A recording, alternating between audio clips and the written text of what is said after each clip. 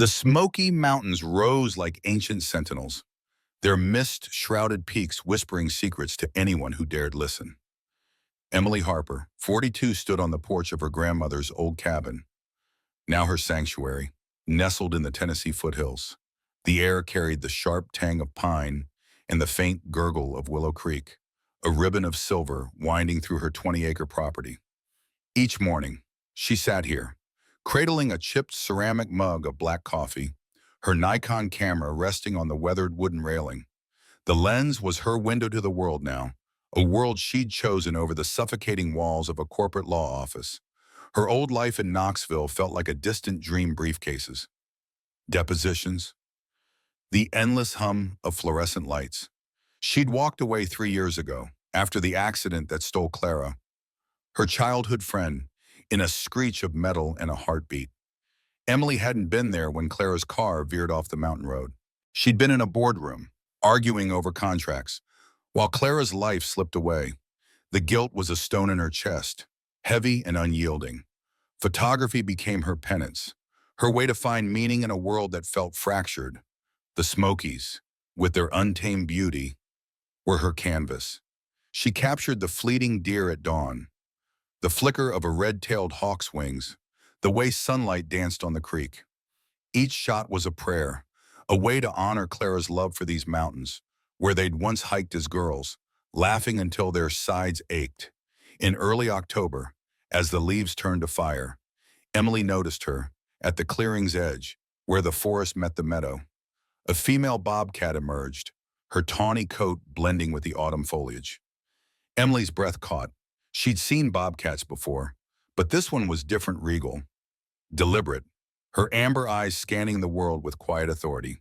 Emily privately called her Queen, though she never spoke the name aloud, as if naming her would break the spell. Queen appeared most mornings just as the sky blushed pink, her movements cautious but unhurried. Emily watched through her lens, capturing the bobcat's lithe form, the way her ears twitched at the rustle of leaves. She noticed Queen's ribs faintly visible beneath her fur as winter loomed, a sign the lean months were coming. Emily's heart tugged. She knew better than to interfere with wildlife, but the thought of Queen going hungry gnawed at her. She called Dr. Rachel Evans, a wildlife biologist she'd met at a conservation workshop. Rachel's voice was firm but kind over the phone. Minimal intervention. Emily, small amounts, irregular, raw meat only. Don't let her rely on you. Emily followed the advice to the letter, leaving slivers of raw chicken at the clearing's edge. Always at dawn, always sporadic, she'd retreat to the porch, watching Queen approach, sniff, and take the offering before vanishing into the trees. It was a delicate dance, one Emily hoped preserved Queen's wildness. She wasn't here to tame, she was here to witness. Late one November afternoon, as the sun dipped low, Emily trekked to a stream a half-mile from the cabin, her camera slung around her neck. The air was crisp, the ground dusted with frost. She crouched to photograph a cluster of ice crystals on a fern, her focus absolute. A root snagged her boot, and she stumbled, her camera slipping from her hands and clattering onto the rocks. Her heart lurched not for the equipment, but for the memory card inside, holding months of shots. As she scrambled to retrieve it, a rustle stopped her cold. Queen stood mere meters away, her amber eyes locked on Emily's. The bobcat's presence was electric, her gaze neither threatening nor fearful, but piercing, as if she saw straight through to Emily's bones. Emily froze, her breath shallow. Slowly, she sat on the cold earth, her hands raised slightly to show she meant no harm. "I know you don't need me," she whispered, her voice barely audible. "But if you do, I'm here." Queen blinked, a slow, deliberate motion, then turned and melted into the forest. The sunset painted the sky in hues of amber and rose, and Emily felt something shift inside her, a fragile thread of connection, woven under the mountain's watchful gaze. As December arrived, snow dusted the Smokies, softening the world's edges. Queen's visits grew more frequent, sometimes lingering after eating, her silhouette stark against the pale light. Emily noticed smaller tracks in the snow, delicate and precise, trailing Queen's larger prints. A kitten, she realized. though she never saw it. Her heart swelled at the thought of Queen as a mother, fierce and protective. To shield the food from snow, Emily built a small wooden shelter at the clearing's edge, just a slanted roof on posts. Nothing elaborate. She kept her distance, always watching from the porch, her camera forgotten in those moments. It wasn't about capturing Queen anymore. It was about understanding her. The Bobcat's trust, however tentative, felt like a gift one Emily didn't deserve but cherished all the same. One evening, as she sipped her coffee and watched the snow fall, Emily's thoughts drifted to Clara. They'd been 16 hiking these same hills, when Clara had pointed to a distant ridge and said, "That's where I'll build my cabin someday, just me in the mountains." Emily had laughed, teasing her about living like a hermit. Now, here she was, living Clara's dream. But it wasn't enough to fill the hole Clara's death had left. The guilt was quieter now, dulled by time, but it lingered like the ache in her knees on cold mornings. Queen's presence, though, was a balm. The Bobcat didn't judge, didn't demand. She simply existed, wild and free. And Emily found herself clinging to that simplicity. She wondered if Clara would have loved Queen, would have sat with her on this porch, whispering stories to the wind.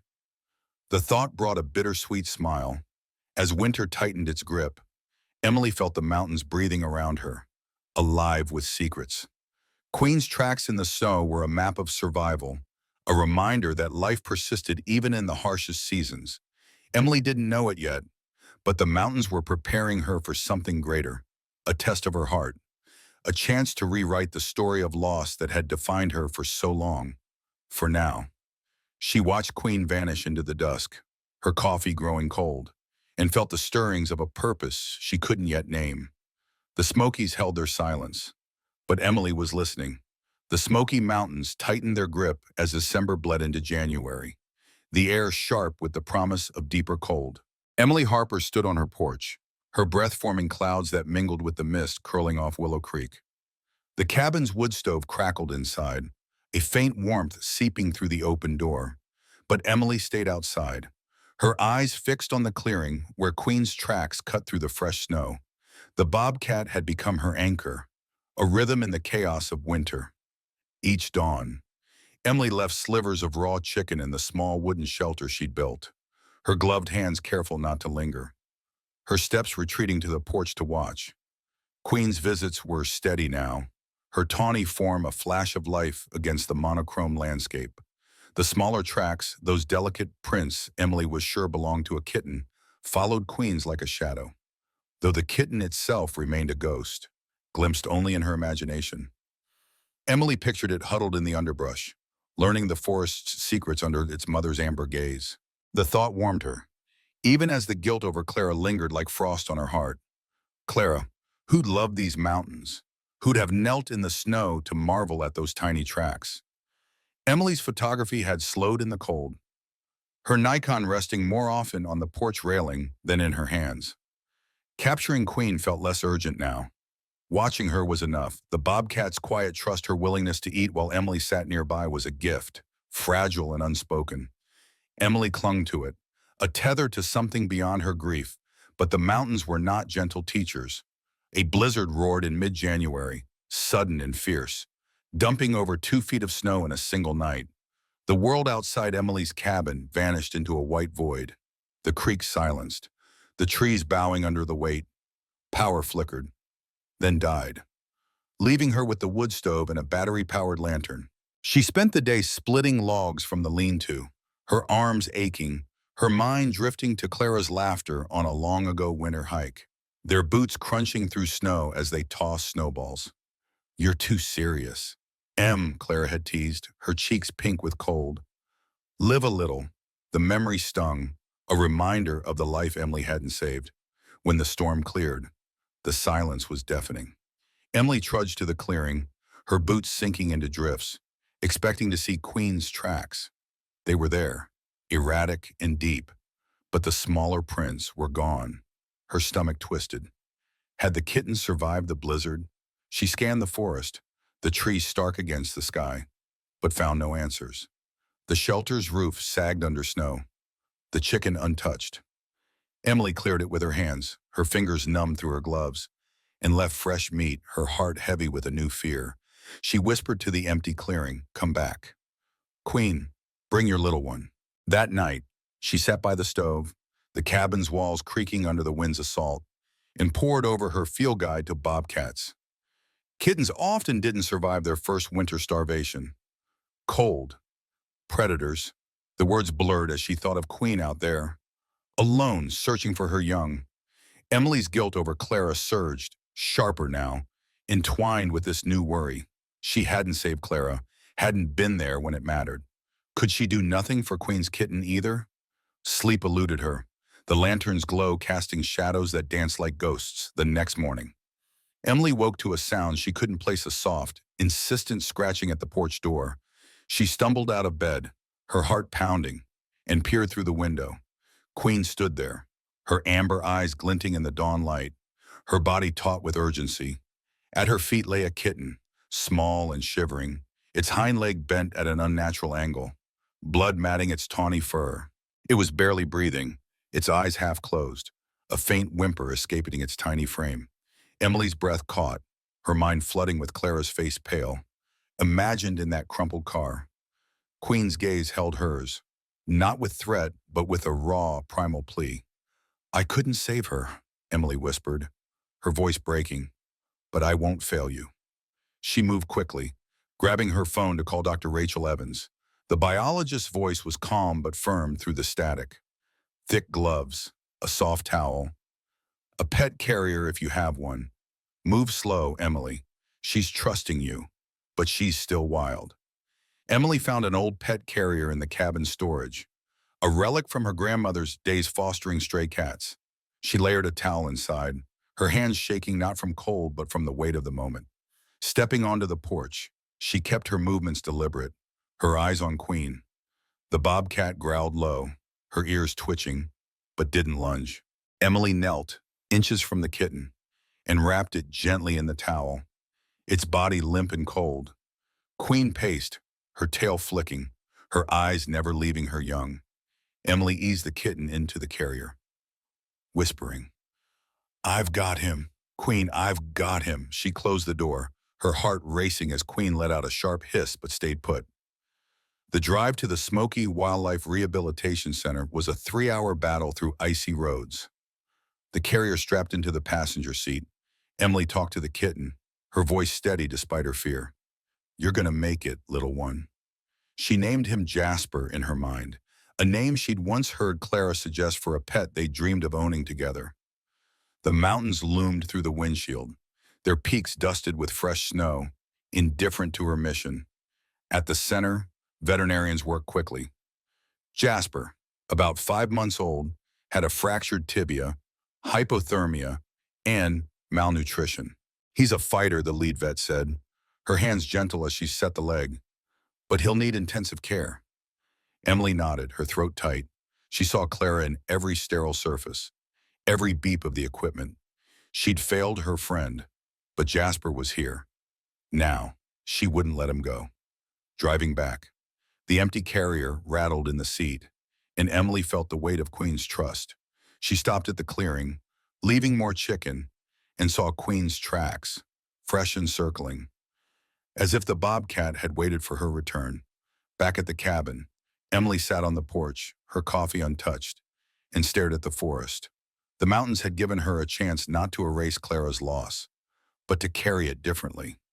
She thought of Queen, out there grieving in her own wild way. Emily's research had taught her bobcats were solitary, but Queen had come to her, had chosen her. It was a bond forged in snow and survival, and Emily felt its pull deep in her bones. She whispered to the dusk, "I'll bring him back. Queen, I promise." The wind carried her words, and the Smokies listened, their silence a challenge and a comfort. Emily didn't know how she'd keep that promise, but for the first time since Clara's death, she felt a purpose sharper than her grief. The mountains had tested her, and she was ready to answer. The Smoky Mountains woke slowly in February, their peaks still cloaked in snow, but with a faint promise of spring in the way the light lingered longer each evening. Emily Harper's cabin felt both sanctuary and prison as she navigated the days following Jasper's rescue. The Bobcat kitten was alive, fighting at the Smoky Wildlife Rehabilitation Center. But the 3-hour drive through winding, icy roads made daily visits impossible. Emily settled for twice-weekly trips, her truck rattling over the mountain passes, her heart tethered to the fragile creature she'd named Jasper. Each visit brought cautious hope. His fractured tibia was healing. His hypothermia had eased, but malnutrition left him weak, his tawny fur dull against the sterile kennel. The veterinarians were kind but blunt. Jasper's lack of fear toward humans, likely from his mother's proximity to Emily's cabin, made his return to the wild uncertain. He might never hunt properly. Dr. Sarah Klein, the lead vet, told her during one visit, "He's bonded too much with people." Emily nodded, her throat tight, but her mind raced. She saw Clara in Jasper's amber eyes, in his stubborn will to survive. She couldn't save her friend, but Jasper was a second chance, a way to honor Clara's love for the wild things of these mountains. Back at the cabin, Queen's presence anchored her. The Bobcat still appeared at dawn, her tracks a steadfast map in the snow, circling the food shelter Emily had built. Sometimes, Queen lingered on the porch, her silhouette sharp against the faint winter sunlight, as if waiting for news of her kitten. Emily felt the weight of that gaze, a silent contract between them. She left chicken as always, careful to keep the feedings irregular per Dr. Rachel Evans' advice, but each offering felt like a prayer for Jasper, for Queen, for herself. The guilt over Clara, dulled by years, had sharpened since Jasper's rescue, slicing through her quiet moments. She'd been in a boardroom when Clara's car spun out, arguing over contracts while her friend's life ended. The what-ifs haunted her, but Queen's trust, Jasper's survival, gave her something to hold on to, a purpose she hadn't felt since she'd traded her law career for a camera. One frigid morning, Emily sat on the porch, her coffee steaming, and watched Queen eat. The Bobcat paused, her ears twitching, and stared into the forest. Emily followed her gaze, half expecting to see the kitten's ghost, but there was only snow and shadow. She whispered, "He's fighting, Queen, just like you." The words felt inadequate, but they were all she had. That afternoon, she drove to the library in town, her truck's tires crunching over salted roads. She spent hours researching wildlife rehabilitation programs, her laptop balanced on a wobbly table, the smell of old books grounding her. She learned about certification courses, enclosure requirements, and the delicate balance of caring for wild animals without taming them. The idea took root. If Jasper couldn't return to the wild, she'd bring the wild to him. Her grandmother's 20-acre property was vast, wooded, perfect for an enclosure. She called Rachel, who was skeptical but supportive. "It's a big commitment. Emily, you'd need training, permits, inspections, and it's not just Jasper. Queen's still out there, watching." Emily knew the risks, but the thought of Jasper caged forever, or worse, was unbearable. She enrolled in an online certification course that evening, her fingers trembling as she typed her application. The cabin became a classroom, her nights filled with webinars on bobcat behavior, enclosure design, and rehabilitation ethics. She sketched plans for a spacious habitat: trees for climbing, rocks for hiding, a small stream fed by a diverted creek. The work was daunting, but it felt right, like sanding the cabin's beams had 3 years ago. Each step was a way to rebuild, not just for Jasper, but for herself. Memories of Clara wove through her days, sharper now. They'd been 18 hiking a ridge above Willow Creek, when Clara had stopped to watch a hawk circle. "Look at that, Em," she'd said, her voice soft with awe. "It's free, but it's not alone. The sky's with it." Emily hadn't understood then, too focused on their college plans, their futures. Now, in the quiet of the Smokies, she felt Clara's words and Queen's steady presence. In Jasper's fight, the Bobcat and her kitten were her sky, her way to feel connected again. By late February, Emily's visits to the rehab center showed progress. Jasper's leg was stronger, his eyes brighter, though he still pressed his nose to the kennel door when Emily arrived. Unafraid, she brought a small toy, a knotted rope from the cabin, and watched him bat it, his movements clumsy but playful. Dr. Klein smiled. He's got spirit. If you get that enclosure approved, he might thrive. Emily drove home under a sky streaked with pink, her heart lighter. She stopped at the clearing, checking the shelter, and found Queen's fresh tracks, a single claw mark on the wooden post. It felt like a message, a nod of approval. Back at the cabin, Emily began preparing the land. She marked out a half-acre near the creek, where the forest was dense but open enough for sunlight. She hired a local contractor, Tom, a grizzled man who'd known her grandmother. He listened to her plans, nodding thoughtfully. "Sounds like you're building a home for that cat," he said, scratching his beard. "Your grandma would have liked that." They worked through early March, clearing underbrush, hauling logs for climbing structures. Emily's hands blistered, her back ached, but each swing of the hammer felt like defiance against her grief. One evening, as she hammered a post into the ground, a rustle stopped her. Queen stood at the forest's edge, her eyes glinting in the dusk. Emily froze, her hammer midair. The bobcat didn't approach, just watched, her tail still. "I'm doing this for him," Emily said softly, as if Queen could understand. The bobcat blinked, then slipped away, leaving Emily with a sense of being seen. The enclosure took shape a mesh fence, high and sturdy, with a gate for access. Emily diverted a trickle of the creek, creating a shallow stream Jasper could drink from. She added rocks, a hollow log, a platform for sunning. It was wild but safe, a bridge between Jasper's world and hers. She submitted her permit application, her heart pounding as she mailed it. Rachel reviewed her plans, offering tweaks, a higher perch, more shade. "You're serious about this," Rachel said, her voice warm with respect. "Jasper's lucky." Emily didn't feel lucky. She felt responsible. The mountains had given her a chance to right a wrong, to carry Clara's love forward. Each night, she sat on the porch, her journal open, writing to Clara as much as to herself. "I'm building something," say, "Clara, for Jasper, for Queen, for you. I hope it's enough." The forest answered with silence, but Emily felt its pulse, steady and alive. Queen's visits continued, her tracks a constant in the thawing snow. Emily watched her, camera forgotten, and felt the Smokies weaving them together, woman, bobcat, kitten, mountain. She wasn't alone anymore, not entirely. The road to Jasper's return was long, but Emily was ready, her heart open to whatever the mountains would teach her next. March melted into April, and the Smoky Mountains stirred with the pulse of spring.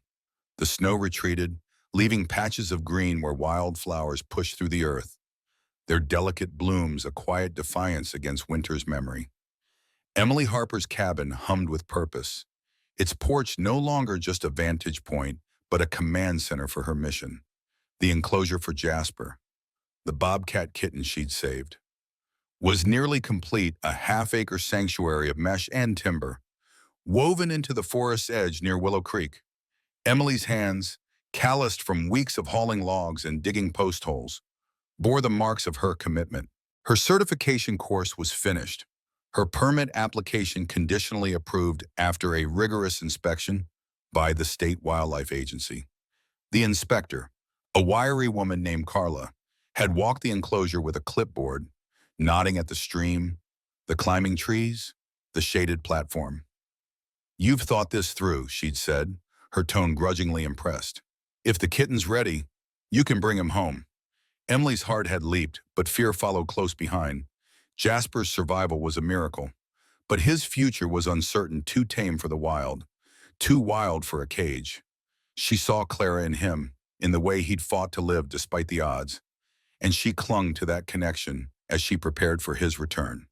The Smoky Wildlife Rehabilitation Center called on a rainy April morning. Dr. Sarah Klein's voice bright through the phone. "Jasper's leg is healed, and he's gaining weight. He's ready to move." "Emily," the words landed like a stone in her chest, joy and dread intertwined. She drove to the center that afternoon. The familiar 3-hour trek through the mountains, now a pilgrimage. Jasper greeted her with a low chirp, his amber eyes bright, his fur finally sleek. He pressed his nose to the kennel door, unafraid. In Emily's throat tightened. "You're coming home." "Little one," she whispered, her fingers brushing the carrier she'd brought. The drive back was quiet, Jasper calm in the passenger seat, the forest blurring past. Emily talked to him, her voice soft, recounting Clara's love for these hills, her own guilt for not being there when her friend needed her most. I couldn't save her, Jasper, she said, but I'm here for you. The mountains listened, their peaks softened by spring mist, as if nodding in approval. At the cabin, Emily carried Jasper to the enclosure, her heart pounding. The space was ready rocks for hiding, a hollow log, a stream gurgling softly. She opened the carrier, stepping back to give him room. Jasper hesitated, then stepped out. His movements tentative but curious. He sniffed the air, his ears twitching, then bounded to a low branch, his heeled legs strong. Emily watched, her breath caught. As he explored his new world, she'd done this for him, for Queen, for Clara. That evening, as the sun dipped low, painting the sky in hues of lavender and gold, Queen appeared.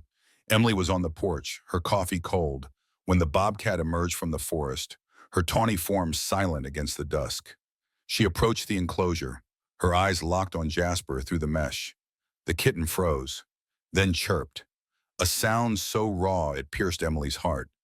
Queen pressed her nose to the fence, and Jasper mirrored her, their face in inches apart, separated by wire but bound by instinct.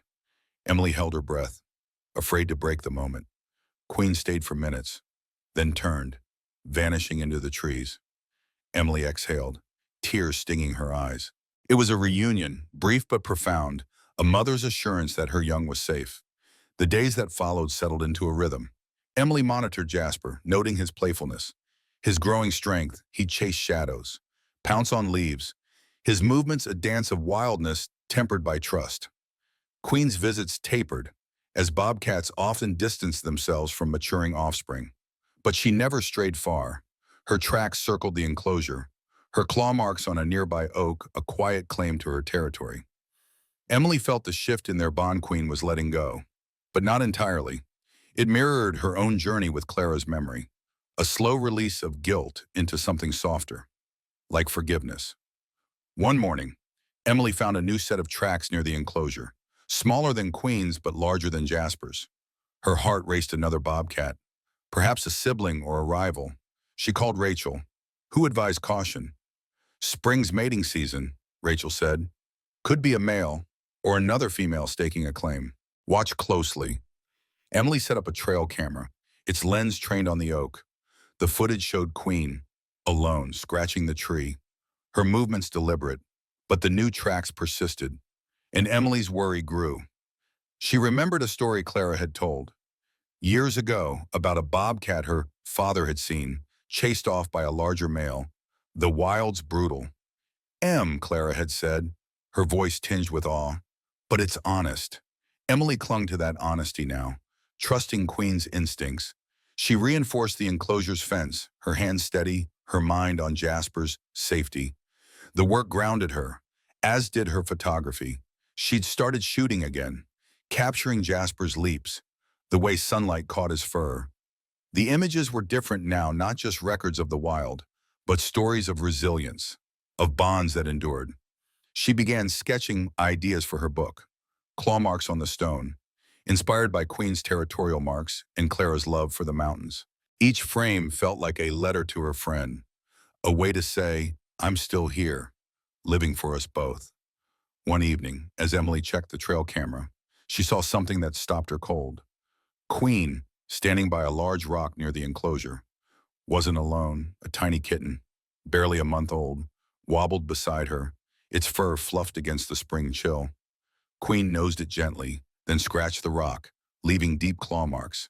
The kitten mimicked her, its tiny paws scraping the stone. Emily's heart swelled. Queen had a new litter, a new cycle of life. She watched the footage again, tears blurring her vision. Queen was moving forward, but she brought her new kitten here, to Jasper's territory, as if to show him she hadn't forgotten. Emily stood by the enclosure that night, Jasper lounging on his platform, his eyes glinting in the moonlight. She looked at the rock, its claw marks faint but unmistakable, and felt Clara's presence, soft as the spring breeze. She's still here, Jasper, she whispered, and I'm keeping my promise. The mountains hummed, their silence a song of endurance. Emily's journey wasn't over, but she felt a shift, a lightness in her chest where guilt had once lodged. Queen's new kitten was proof of life's persistence, and Jasper's strength was proof of hers. The Smokies had tested her, and she'd answered, not with perfection, but with heart. The Smoky Mountains glowed under the autumn sun of October 2025, their peaks ablaze with crimson and gold, as if the forest itself was celebrating survival. Emily Harper stood by the enclosure she'd built for Jasper, the Bobcat kitten who'd become her tether to hope. The half-acre sanctuary hummed with life. Jasper's tawny form darted between rocks, his healed legs strong, his amber eyes bright with the wildness he'd never fully lost. The stream she'd diverted from Willow Creek gurgled softly, and the climbing trees stood sturdy, their barks scratched from Jasper's playful leaps. Emily's cabin, a short walk away, felt warmer now, its walls no longer a barrier but a bridge to the forest that had reshaped her. Her photography book, claw marks on the stone, was nearly complete, its pages filled with images of Jasper's recovery, Queen's fierce presence, and the Smokies' untamed beauty. Each shot was a letter to Clara, her childhood friend whose death had driven Emily here, to this 20-acre haven where guilt was slowly giving way to purpose. Queen's visits had dwindled as spring turned to summer, then fall, her maternal duties pulling her to a new litter. But her tracks still circled the enclosure, her claw marks etched on a large rock nearby, a territorial beacon that spoke of endurance. Emily traced those marks with her fingers one crisp morning, her coffee steaming on the porch, and felt a quiet pride. She'd kept her promise to Queen, to Jasper, to Clara. The mountains had tested her, and she'd answered, not with perfection, but with heart. The trail camera she'd set up months ago captured Queen's rare appearances. Often at dusk, her new kitten trailing her like a shadow. The tiny creature, barely weaned, mimicked its mother's scratches on the rock, its paws clumsy but determined. Emily watched the footage nightly, her laptop glowing in the cabin's lamplight, and saw a cycle of life unfolding, Queen moving forward, yet tethered to this place, to Jasper. It mirrored Emily's own journey, her grief for Clara softening into a love that lived in action, not regret. One evening, as the sunset painted the sky in hues of amber and rose, Emily stood by Jasper's enclosure, her Nikon resting on a stump. Jasper lounged on his platform, his eyes half closed, his tail flicking lazily. She'd stopped photographing him as often, choosing instead to simply be with him, to let the moment breathe. The forest was quiet, the air heavy with the scent of pine and earth. Then, a Russell Queen emerged, alone, her form sleek against the fading light. She paused by the rock, her eyes meeting Emily's across the clearing. It wasn't the desperate gaze of that January morning, when she'd brought a dying Jasper to the porch. This was different, calm, assured, a nod of acknowledgement. Queen scratched the rock once, twice, then turned to the enclosure. Jasper lifted his head, his ears twitching, and chirped, a sound so soft it felt sacred. Queen didn't approach the fence, didn't need to. She stood there, her presence a silent vow, then slipped into the forest, leaving only her marks behind. Emily's heart swelled, tears blurring her vision. She whispered, she's still here, Jasper, and I'll keep my promise to watch over you. She set her camera down, choosing not to capture the moment, letting it live in her bones instead. The rock, with its claw marks, stood as a monument to Queen's strength, to Jasper's survival, to Clara's spirit. Emily felt them all in the wind, the mountain's breath carrying their stories. The book's final image came to her that night, as she sat in the cabin, her journal open. It wouldn't be Jasper or Queen, but the rock itself, its scratches glowing under the autumn sun. The caption would read, some marks are left to remind us we're never truly alone. She wrote late into the night, her words flowing about Clara's laughter, Queen's trust, Jasper's resilience. The book wasn't just about bobcats, it was about the wildness in all of them, human and animal, and the mountains that held them close. Publishing claw marks on the stone became a quiet triumph. Emily sent the manuscript to a small press in Knoxville, one Clara had loved for its nature books. When the acceptance letter arrived, Emily sat on the porch, reading it under the stars, and felt Clara's presence, soft as moonlight. The book's release in early November brought emails from readers, hikers, photographers, people who'd lost someone and found solace in her story. One wrote, "Your words made me feel the mountains, and they made me feel less alone." Emily read it aloud to Jasper through the enclosure's fence, her voice steady, her heart full. The enclosure remained Jasper's home, his tame nature a barrier to the wild but not to happiness. He'd chase leaves, nap in the sun, his chirps greeting Emily each morning. She'd sit by the fence, sipping coffee, telling him stories of Clara, how they'd built forts in these woods, how Clara had dreamed of a cabin here. Jasper listened, or seemed to, his eyes bright. Queen's new kitten appeared less often as winter loomed, but Emily saw her tracks, sometimes with smaller ones, circling the rock. The cycle continued, and Emily felt its rhythm in her own life. She wasn't the lawyer she'd been, nor the grieving friend. She was something new, a steward of this land, this story. One chilly December morning, Emily hiked to the ridge above Willow Creek, a place she and Clara had loved. The view was endless peaks rolling into the horizon, the forest alive with color. She carried a small stone from the creek, smooth and cool, and placed it at the base of an oak. "For you, Clara," she said, her voice soft. "I'm living it now, your dream. Our dream." The wind stirred, carrying the scent of snow, and Emily felt a peace she hadn't known in years. Back at the cabin, she checked the trail camera one last time. The footage showed Queen, her new kitten beside her, pausing by the rock. The kitten scratched it, its tiny claws leaving faint marks next to its mother's. Queen looked toward the enclosure, then the camera, her eyes piercing, as if she knew Emily was watching.